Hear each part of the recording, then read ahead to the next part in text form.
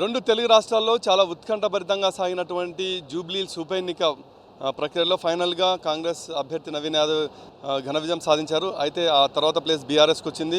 తర్వాత మూడో స్థానంలో బీజేపీ నిలిచింది. అయితే ఇందులో ఆసక్తికరమైన విషయం ఏంటంటే నోటాకు మిగతా అభ్యర్థుల కన్నా అత్యధికంగా ఓట్లు నమోదాయి.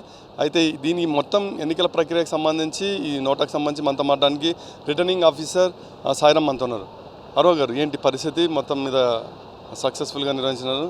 Thank you, congratulation. మొదటిగా థ్యాంక్ యూ సో మచ్. ఎట్లా జరిగింది సార్? మీరు చూస్తూనే ఉన్నారు, దాదాపు నెల 10 రోజుల్లో మనకి లాస్ట్ మంత్ అక్టోబర్ 6th రోజున ఎలక్షన్ కమిషన్ వాళ్ళు ప్రెస్ కాన్ఫరెన్స్ నిర్వహించి మనకి నోటీస్ ఇచ్చారు. అక్కడి నుంచి మనము 13వ తారీఖు నోటీస్ ఇవ్వడము, అక్కడి నుంచి మనం నామినేషన్ ప్రక్రియ అంతా పూర్తి చేసుకుని స్క్రూటినీ మరియు పూర్తి చేసుకుని final list of contesting candidates మనకి 58 మంది, మళ్ళీ నోటాతో కలిపి 59 అవ్వడం, దాన్ని బట్టి 4 బ్యాలెట్ యూనిట్లు రావడం, 211 మంది నామినేషన్స్ వేయడం, ఇదంతా కూడా మొత్తం అంతా గమనిస్తూనే ఉన్నారు. సో చాలా పెద్ద ప్రాసెస్ ఈరోజు మనం కంప్లీట్ చేసుకోగలిగాము. మనం 11వ తారీఖున పోలింగ్ జరిగిన రోజున మనకి 48.49% పోలింగ్ అయింది. 1,94,000 మంది ఓటేశారు. సో ఒక రకంగా చూస్తే చాలా సక్సెస్ఫుల్గా నిర్వహించుకోగలిగామని చెప్పాము. ఈరోజు కౌంటింగ్ కూడా చాలా ప్రశాంత వాతావరణంలో జరిగింది. అందరు పార్టీల వాళ్ళు సహకరించారు. కాబట్టి మనము 1:02 కల్లా రిజల్ట్ డిక్లేర్ చేయగలిగాము.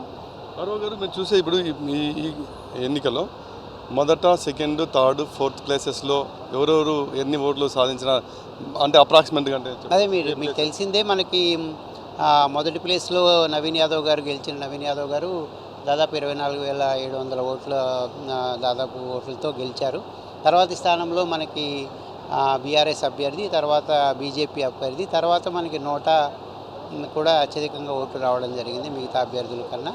సో ఇంకా కూడా నోటాకి ప్రజలు చూస్ చేసుకుంటున్నారు అభ్యర్థుల కన్నా ఎక్కువ అనేది చాలా ఆసక్తికరమైన విషయమే. గతంలో చూస్తే నోటాకు 10ల సంఖ్యలోనే వచ్చేది, ఇప్పుడు 100ల సంఖ్యలో వచ్చింది. గతంలో ఇప్పుడు బేరీ చేస్తే ఎట్లా కనిపించింది సార్?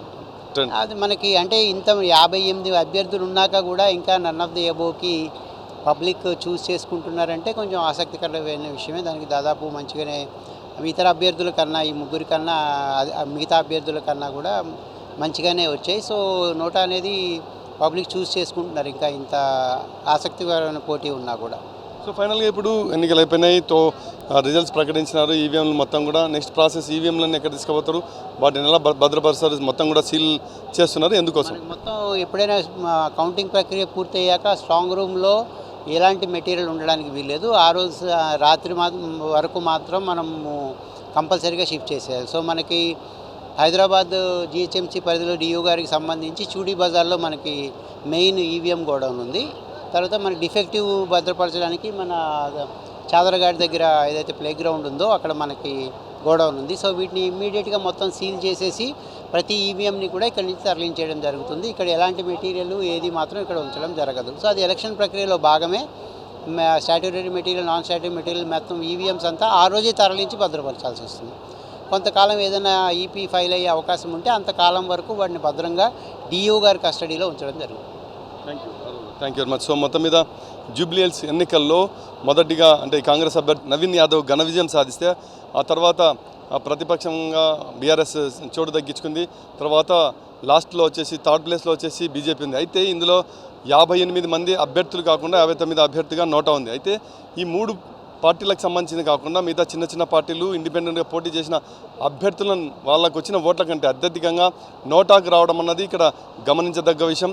మిగతా పార్టీల నేతలు కావచ్చు, చిన్న చిన్న పార్టీల నేతలు కావచ్చు, అభ్యర్థులు కావచ్చు, ఎవ్వరు కూడా తమకు నచ్చలేదు ఈ ఎన్నికల ప్రక్రియలని డిసైడ్ చేస్తూ నోటాకు ఓటేయడం అన్నది ఆసక్తికరమైన పరిణామం.